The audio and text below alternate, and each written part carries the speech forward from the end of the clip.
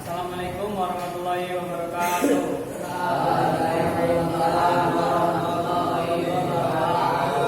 Kami di sini dari kelompok 3 ingin mempresentasikan tentang teater. Akan dipresentasikan mulai dari absen nomor urut 21. Perkenalkan, nama saya Okitara Putra. Saya akan mempresentasikan tentang teater postmodern dan pengertian drama. Teater postmodern. Teater postmodern adalah fenomena terkini dalam teater dunia yang muncul dari filsafat postmodern yang berasal dari Eropa pada pertengahan abad ke-20. Teater postmodern muncul sebagai reaksi terhadap teater modernis. Sebagian besar produksi postmodern berpusat pada menyoroti kesalahan kebenaran yang pasti, alih-alih persepsi dan representasi teatrikal eksperimental diciptakan. 2. Campuran tekstualitas dan bentuk media yang berbeda digunakan, termasuk penggunaan berbagai bentuk seni atau media secara bersamaan, dan terdapat pencurian kelompok bentuk seni yang heterogen. 3. Narasinya tidak perlu lengkap tetapi bisa terpecah-pecah. 4. Karakter terfragmentasi. 5. Setiap pertunjukan baru dari sebuah karya teater ada.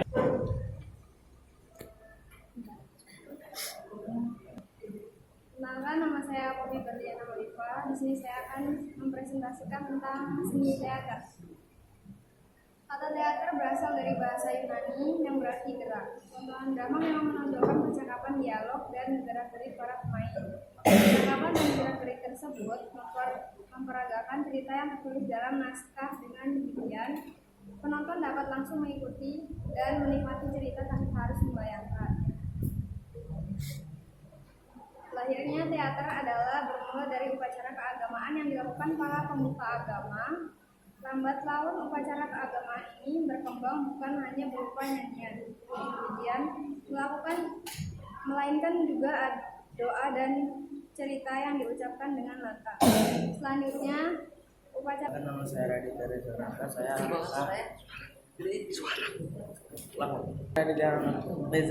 Saya akan mempresentasikan tentang pengertian dramaturgi dan pengertian pengatasan. Pengertian dramaturgi. Pada pengertian harfiahnya, dramaturgi adalah ilmu drama, pelajaran tentang kaidah-kaidah berteater. Teater yang kompleks diolah berdasarkan norma dan hukum konsepsinya.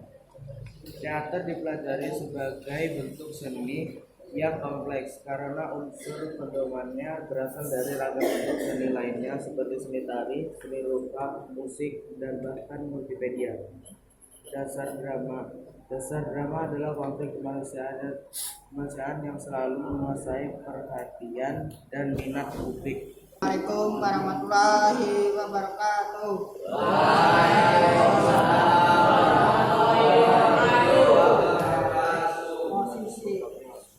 Posisi awal dari sebuah cerita atau pengulang cerita biasanya berupa mengenal dan berisi penjelasan peristiwa dengan maksud penonton. Leasing astio mengajarkan cerita yaitu melau tumbuhan bagus waktu titik kapris melau terjadinya kekuasaan sebagai pendorong yang menjadi konflik berikutnya. Perkenalkan, nama saya Rasya Arif Ardiansyah. Di sini saya akan mempresentasikan tentang jenis lakon. Bagaimana kita tahu, di sini banyak sekali jenis lakon sesuai dengan perkembangan teater, dan jenis lakon sudah dikenal sejak tahun Yunani kuno dan sampai pada abad modern saat ini. Di antaranya jenis lakon yaitu 1. Tragedi, yaitu kisah di akhir cerita yang dialami oleh tokohnya. 2. Komedi, yaitu kisah yang penuh dengan gelak tawa dan kegembiraan atau keceriaan. 3. Tragikomedi, sesuai dengan namanya tragikomedi, yaitu perpaduan antara kisah tragis dan kisah komedi. kegembiraan dan kisah sedih membaur menjadi satu peristiwa. Keempat, melodrama. Kisah ini sering kita saksikan pada tayangan televisi. Intinya kisah ini berbeda dengan tragikomedi dan melodrama. Kisah yang sangat menguras air mata, apalagi dengan diiringi dengan musik yang memicu emosi dan perasaan yang berlebihan. Dan yang kelima, opera. Opera adalah jenis pertunjukan teater yang keseluruhan dialognya dinyanyikan dan diiringi dengan musik orkestra. Karena musikal adalah jenis pertunjukan yang sebagian dialognya kadang dinyanyikan atau pada adegan tertentu peristiwanya kadang menggunakan tarian yang diiringi dengan musik. Pada lakon teater harus ada unsur-unsur di dalamnya, yakni alur utama, tokoh, karakter, setting, dan sudut pandang pengarang. Kenalkan, nama saya Rizky Rahim. Saya akan mempresentasikan pengertian teater realis sosial dan psikologi. Pengertian teater realis sosial: drama yang melukiskan kepincangan sosial, penderitaan, dan ketidakadilan untuk maksud mengadakan protes. Soal ciri-ciri aliran realisme sosial. Pemeran utama biasanya rakyat jelata. 2. Aktingnya bersifat wajar, tidak berlebihan. Akting seperti di kehidupan sehari-hari. Aspek dan pendukung visual disesuaikan dengan keadaan sehari-hari. 4. Cerita yang ditampilkan berasal dari cerita kehidupan sehari-hari akibat perbedaan sosial. Yang kedua, aliran realisme psikologis. Aliran realisme psikologis adalah aliran pengembangan dari realisme sosial yang lebih menekankan kenyataan aspek psikologis peran atau tokoh yang menjadikan titik tolak pesan dan substansi cerita.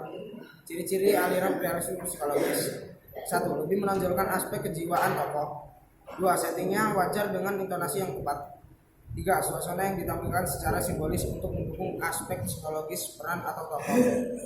4. Sutradara lebih mementingkan pembinaan konflik kejiwaan peran tokoh daripada konflik yang bersifat fisik. Teater Bangsa akan mempresentasikan teater primitif dan teater abad pertengahan. Teater primitif adalah teater yang di dalamnya memakai profesi tradisional mulai dari tata rias, penataan sampai bahasa yang dipakai untuk menuturkan cerita. Akan sangat mudah untuk membedakan antara teater modern dengan teater primitif karena ciri khas tersendiri yang membuatnya kentara. Tata rias. Teater primitif menggunakan budak yang tebal yang membuat dari bahan-bahan alami seperti tulang, tumbuhan, dan lemak binatang. Bahasa: dari segi bahasa telah disinggung sebelumnya bahwa penggunaan diksi dalam teater primitif berdasarkan waktu kalimat dengan bahasa baku dan tempo yang terang digunakan dalam teater primitif.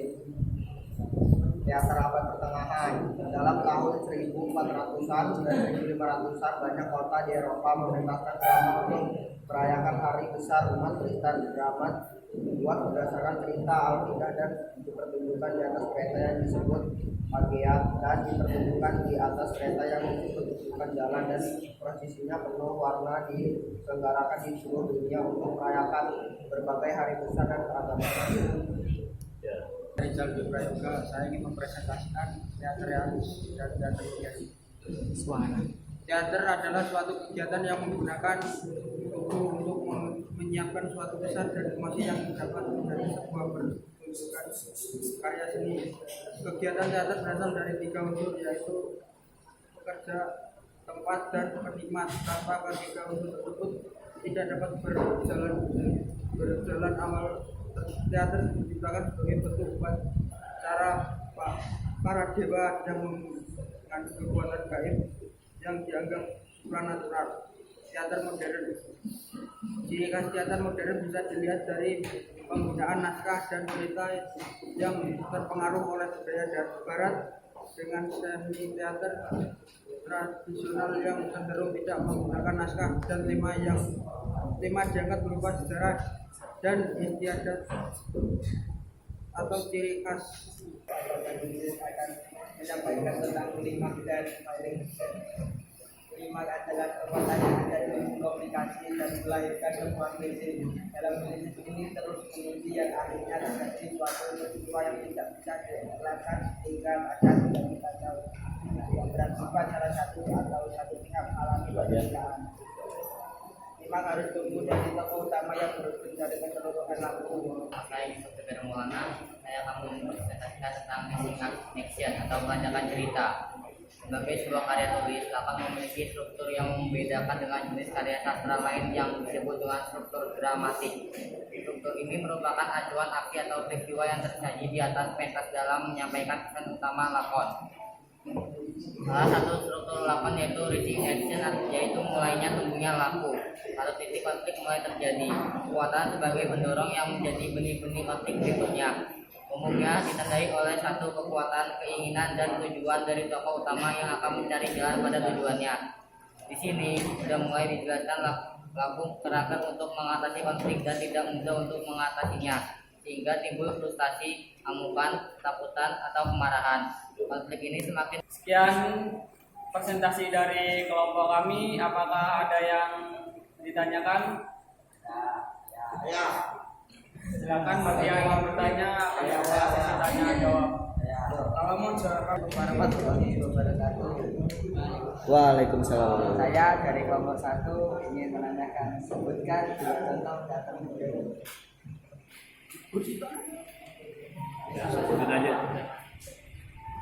contohnya adalah ketoprak yang berasal dari Jawa,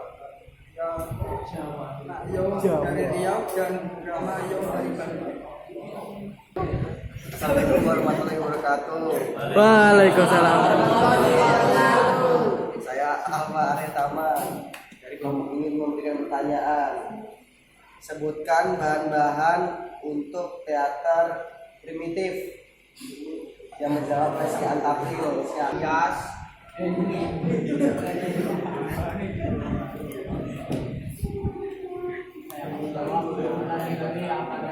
Saya akan menjawab pertanyaan dari Alfa Aryatama. Menggunakan benda tebal. Benda tebal. Isi cerita biasanya mengisahkan kehidupan di masa lampau. Dari segi bahasa, lebih dengan kalimat bahasa baku dan tempo kerap digunakan dalam teater primitif. Contohnya kamu memakai kata engkau menyebut nama kekasih dengan panggilan adinda. Ulang. Saya dari kelompok 1 ingin bertanya. Sebutkan contoh-contoh atau di jenis lakon. Ya.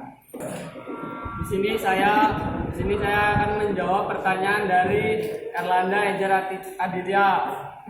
Ada berapa jenis-jenis lakon? Bagaimana kita tahu jenis-jenis lakon? Di antaranya adalah 1. Tragedi, 2. Komedi, 3. Tragikomedi, 4. Melodrama, dan yang kelima opera, dan yang keenam adalah musikal. Sekian jawaban dari saya. Terima kasih. Mari Prasetyo dari kelompok 1. Izin bertanya, apa yang dimaksud lakon dan apa unsur penting dalam lakon tersebut? Terima kasih. Ingin menjawab, perkenalkan nama saya. Ulang-ulang apa? Jawab. Lakon atau drama di atas panggung selalu berangkat dari kehidupan manusia yang direka oleh pengarang menjadi cerita yang mengandung makna tentang baik buruknya terbiat manusia dan dikembalikan lagi kepada manusia kemudian ditonton oleh masyarakat. Pertunjukan drama tersebut adalah kehidupan tersendiri, bukan kehidupan nyata lengkap dengan tokoh-tokohnya yang menyampaikan pesan agar manusia bisa melihat kehidupan di atas panggung tersebut. Unsurnya apa? Kami kelompok 3 yang sudah presentasi hari ini dan buat teman-teman yang sudah mau mendengarkan barangkali, ya, yang mau mendengarkan barangkali. Dari kelompok 3 hanya 1 orang yang itu baik, lebihnya kurang, dan kurangnya pikiran. Pertanyaannya keren-keren, saya suka. Itu di luar di luar ekspektasi saya. Pertanyaannya simpel, sederhana, keren. Idealnya begitu. Itu artinya teman-teman kelompok yang lain yang tidak hadir hari ini berarti mendengar. Pertanyaannya simpel tapi keren. Catatan untuk kelompok 3 hari ini. Seharusnya hari ini tidak ada yang baca. Seharusnya. Sudah lewat dari 2 minggu. Materi itu ditulis 1 lembar bolak-balik, itu hanya data. Saya tidak minta kalian untuk menghafal 1 lembar itu. Jatah kalian hanya 1 menit 30 detik, sedikit. Rahasia keren. Tetapi terlalu cepat kau baca buku kembali. Pengantarmu terlalu cepat, rahasia Arif. Nah, yang lainnya ada yang baca cepat, gak ada koma, gak jelas. Nah, ini juga banyak di antara kalian yang membaca cepat, gak jelas, gak ada tanda baca, sehingga yang dengar gak ngerti ini ngomong apa, maksudnya apa, yang disampaikan apa. Jadi materinya gak jelas.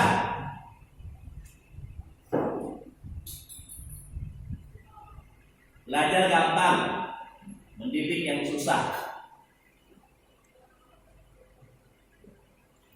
Nah, ini yang dengar ini belum tentu ngerti, belum tentu tahu. Tiba-tiba menggaplean di situ. Tiba-tiba ada yang tidur, enak aja. Kalau mau tidur di pinggir-pinggir jendela sana itu.